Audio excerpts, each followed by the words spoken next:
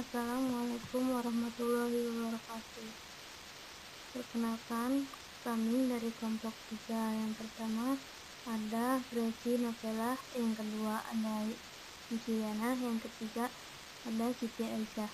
Di sini kami akan mempresentasikan PPT kami yang berjudul Kehamilan dengan Gangguan.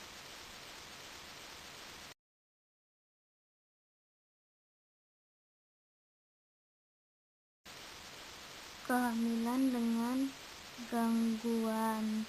Yang pertama itu ada hiperemesis gravidarum, yang kedua ada preeklamsia dan eklamsia, yang ketiga ada konstipasi, yang keempat ada DM, yang kelima ada anemia, dan yang keenam ada obesitas.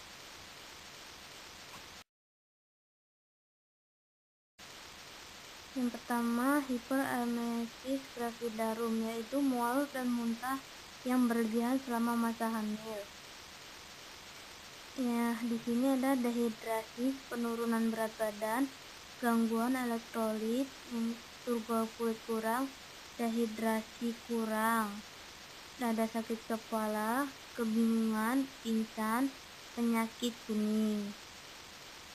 Di sini ada ekstrim, kelelahan, rendah tekanan darah, cepat denyut jantung, hilangnya elastisitas kulit, kecemasan atau depresi, kerusakan hati, pendarahan dan retina.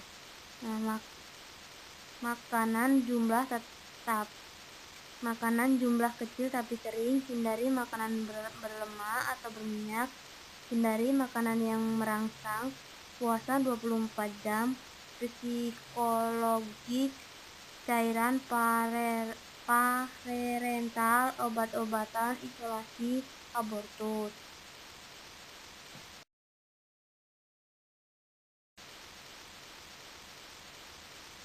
Di sini ada patofisiologi hiperemesis gravidarum, yaitu meningkatnya kadar estrogen, komplikasi mual muntah pada hamil muda, menyebabkan dehidrasi dan tidak imbangnya elektrolit atau alkalosis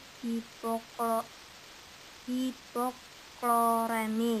Hiperemesis gravidarum, cadangan karbohidrat dan lemak habis, oksidasi lemak tidak sempurna, terjadinya etosis, timbulnya asam aseton, asetit, asam hidroksibutirat, dan asetin dalam darah.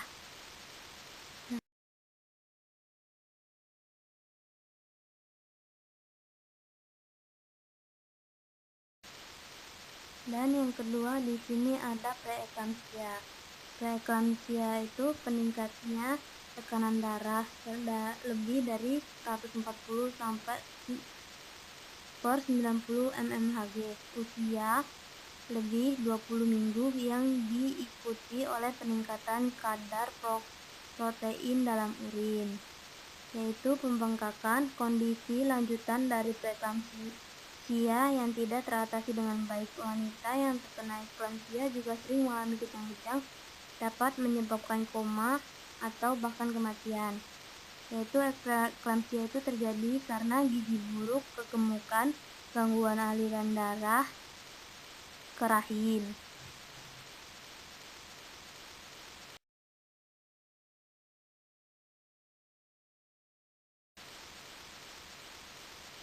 Keluhan preeklamsia itu ada pertambahan berat badan atau odem, timbulnya kemerahan, mual, muntah, pusing, pandangan kabur, nyeri lambung, oliguria, gelisah, kesadaran menurun.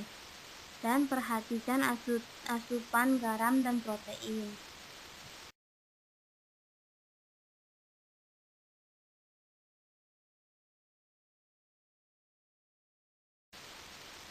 Gejala preeklamsia itu ada nyeri kepala hebat, depan atau belakang, atau meningkatnya tekanan darah abnormal. Yang kedua ada gangguan penglihatan, kabur atau buta sementara.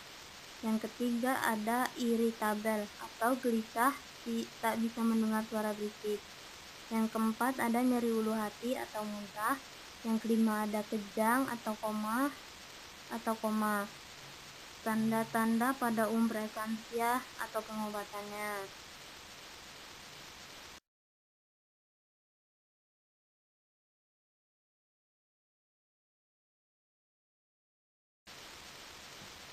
Dan ada konstipasi, yaitu kurangnya asupan berat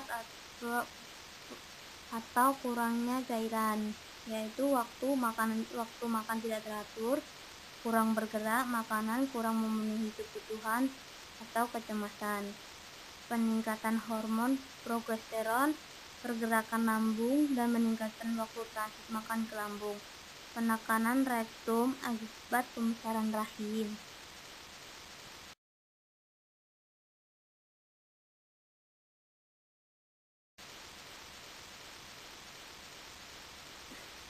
Di sini ada pola makan. Yang pertama itu makanan berserat seperti sayur dan buah.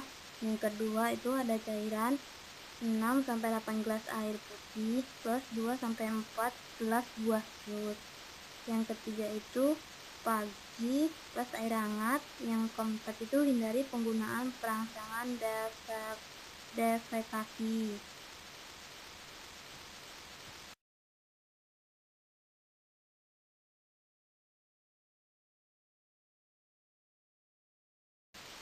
Dan ada diabetes mellitus gestasional, yaitu keadaan intoleransi KH seorang wanita yang diketahui pertama kali ketika kehamilan berlangsung, yaitu hormon yang berhasil selama kehamilan meningkatnya ketahanan wanita terhadap insulin hingga toleransi glukosa terganggu.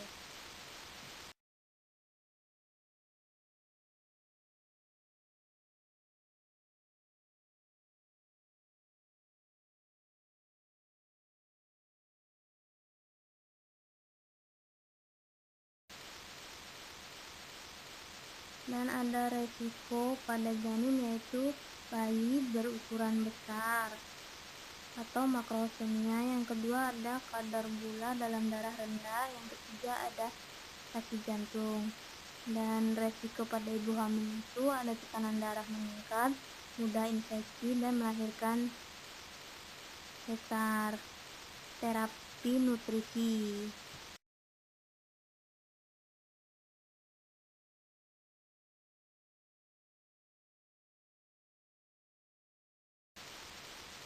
Yang kelima ada ibu hamil dengan anemia. Keadaan di mana jumlah sel darah merah atau Hb kurang dari normal, ya dikarenakan kurangnya zat besi dan asam folat. Diagnosis di pemeriksaan itu ada sel darah merah, kadar Hb, dan zat besi dalam darah.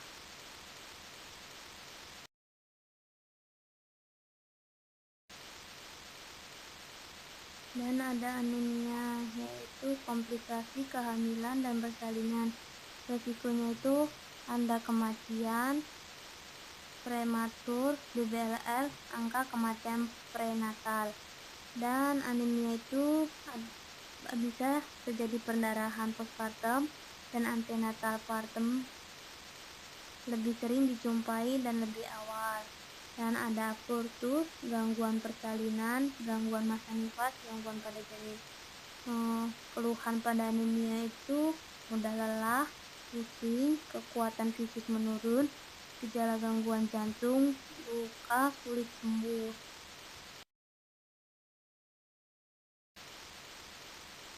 FI janin, gangguan pada plasenta, TNI kardiovaskuler, diabetes mellitus.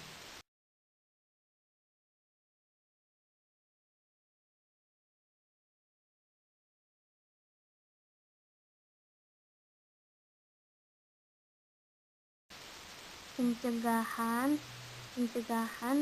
anemia itu ada prinsip BGS dan prinsip B2SA. Yang pertama itu bisa mengonsumsi zat besi atau